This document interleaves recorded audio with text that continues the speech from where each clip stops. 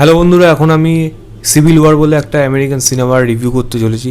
সিনেমাটার ডিরেক্টর হলো Alex garland, যে এর আগে এক্স মেশিনা, অ্যানিহিলেশন এই মতো সিনেমা বানিয়েছে, এবং 28 যে ফ্র্যাঞ্চাইজিটা রয়েছে, মানে 28 ডেজ আফটার, 28 উইকস আফটার, এবং যেটা ড্যানিবল বানিয়ে থাকে, এবং যার থার্ড পার্টও আসছে আগামী বছর 28 ইয়ার্স লেটার, মানে আফটার এরকম সামথিং। সেই সিনেমার রাইটার সেই ডিরেক্টরই বানানো এই সিনেমাটা। এবং গল্পটা যদি এখানে ছোট্ট করে বলি, এখানে কার্স্টেন ডাস্ট রয়েছে এখানে, এবং সেই লিডে রয়েছে এখানে, তার সাথে অন্যান্য আর্টিস্টরা রয়েছে। এবং এখানে গল্পটা যেরকম দেখাচ্ছে যে আমেরিকার মধ্যে একটা সিভিল ওয়ার লেগে গেছে, এবং লাগার পেছনে কী কারণ আছে সেইগুলো কিন্তু এখানে অত ভালোভাবে এক্সপ্লোর করেনি বা ওই দিকে যায়নি রাইটার। রাদার তারা এখানে যে যারা সিভিল ওয়ারটা করছে তারা বেসিক্যালি 3টে পার্টে ভাগ হয়ে গেছে, এবং 3টে পার্ট একসাথে যৌথভাবে আমেরিকান মানে সিনেট মানে মানে প্রেসিডেন্টের এগেনস্টে লড়া শুরু করেছে। তারা চায় যে এই প্রেসিডেন্ট যেন থার্ড টাইম আর প্রেসিডেন্ট হিসেবে শপথ নিতে না পারে, কারণ সে একজন ফ্যাসিবাদী এরকম নেতা, এবং সে যেই ভবিষ্যৎটা দেখছে সেটা আমেরিকার জন্য হয়তো ভালো হবে না। তো আলটিমেটলি তারা যে লড়াইটা লড়ছে সেটার পার্সপেক্টিভে দেখানো হচ্ছে এখানে জার্নালিস্টদের দিক দিয়ে। সেই জার্নালিস্টের একজন প্লে করছে হলো কার্স্টেন ডাস্ট। বেসিক্যালি 3জন জার্নালিস্ট আছে, সঙ্গে পরে একজন নতুন জয়েনি হিসাবে আসে, মানে তাদের সাথে যায়, এবং তারা ওই টিম, সেই মেয়েটিও ওই টিমের মধ্যে থেকে যায়।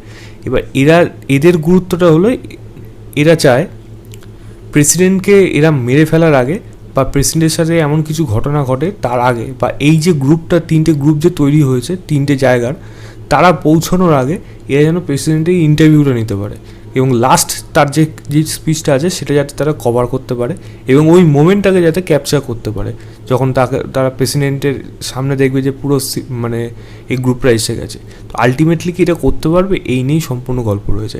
আমি এই সিনেমা নিয়ে বেশি ডিসকাশনে আমি যাচ্ছি না, পজিটিভ দিক নেগেটিভ দিক অ্যাজ সাচ লেভেলে অত এক্সপ্লোর করে বলার মতো কিছু নেই।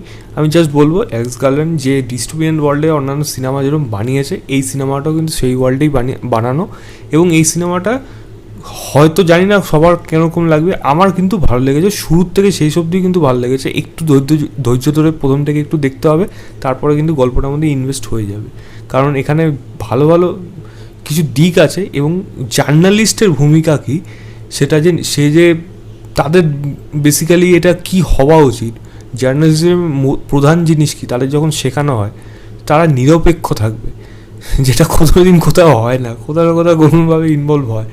এখানেও কিন্তু এমন একটা দিক লাস্টের দিকে আসে যেখানে দেখে হয়তো গিয়ে মনে হয় যে না, তারা একটা মনে হলো একটা দিকে বোধহয় চলে গেলো, বা ওই দিকে বোধহয় একটু সামান্য পা বাড়ালো।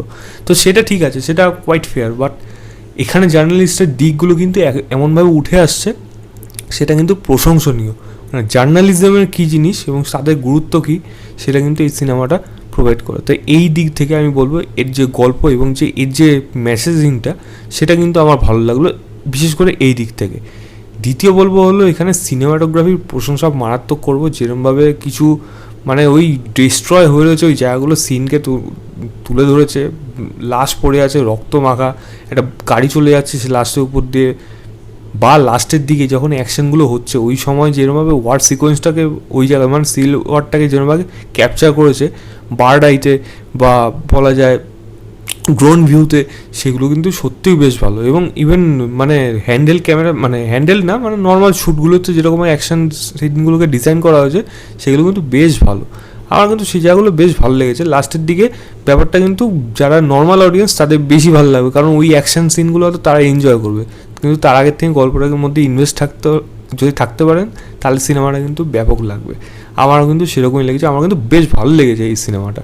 আরও ছোটো ছোটো দিক আছে, যেমন পারফরমেন্সে কার্স্টেন ডাস্ট হোক, বা সেই নতুন মেয়েটি হোক, কার্স্টেন ডাস্টের সাথে তার যে কলিগ আছে সেই ছেলেটি হোক, বা তাদের একজন সিনিয়র আছে তাদের সাথে এদের ইকুয়েশনটা হোক, সিনিয়রটার সাথে নতুন যে মেয়েটা জয়েন করছে তাদের ইকুয়েশনগুলো হোক, প্রত্যেকটা জিনিস কিন্তু এখানে বেশ ভালোভাবে ফুটিয়ে তুলেছে। পারফরমেন্সের দিক থেকে কিন্তু তারা বেশ ভালো। তো আমার কিন্তু সিনেমাটা বেশ ভালো লেগেছে। আমি নেগেটিভ দিক অ্যাজটা সেরকমভাবে কিছু বলবো না, তবে বলবো আরও বেশি কিছু এই সিভিল ওয়ারের ব্যাপারে যদি আরও বেশি কিছু জানা যেত, মানে কারণ কি, হঠাৎ করে কীভাবে এরকম তৈরি হয়ে গেল, সেই ব্যাপারে যদি আরও একটু বেশি ব্যাখ্যা পাওয়া যেত। যদিও অ্যালেক্স গার্ল্যান্ডের যেরকম ডিস্টোপিয়ান ওয়ার্ল্ডে সে গল্প বলে, খুব বেশি যে এক্সপ্লোর করে গিয়ে একেবারে কোথার থেকে শুরু হয়েছে সেই জিনিস বলবে, তা আমি অত কিছু এক্সপেক্ট করি না। তবে মনে হয় ইনফরমেশনের ব্যাপারে কিছু জিনিস যদি একটু হিন্টস পাওয়া যেত, সে বা যদি কিছু বলাও যেত, আরও কিছুক্ষণ যদি সিনেমাটা বাড়ানো যেত, সেই জিনিসগুলো যদি প্রপার মানে ব্যাখ্যা হতো, তাহলে মনে হয় সিনেমাটা আরেকটু বেশি এর থেকে বেটার হয়ে যেত। তবে আমার কাছে সিনেমাটা একটা ভালো সিনেমা, আমি এটুকু বলতে পারি। আমি 3.5 দেবো আউট অফ 5, বলবো এই সিনেমাটা দেখুন, দেখে আপনারা জানাবেন আপনাদের কেমন লাগলো। তো এই ছিল আমার ওভারঅল রিভিউ সিভিল ওয়ার বলে সিনেমাটা। ভিডিওটা ভালো লাগলে লাইক, শেয়ার এবং চ্যানেলটাকে সাবস্ক্রাইব করে দেবেন। বাই।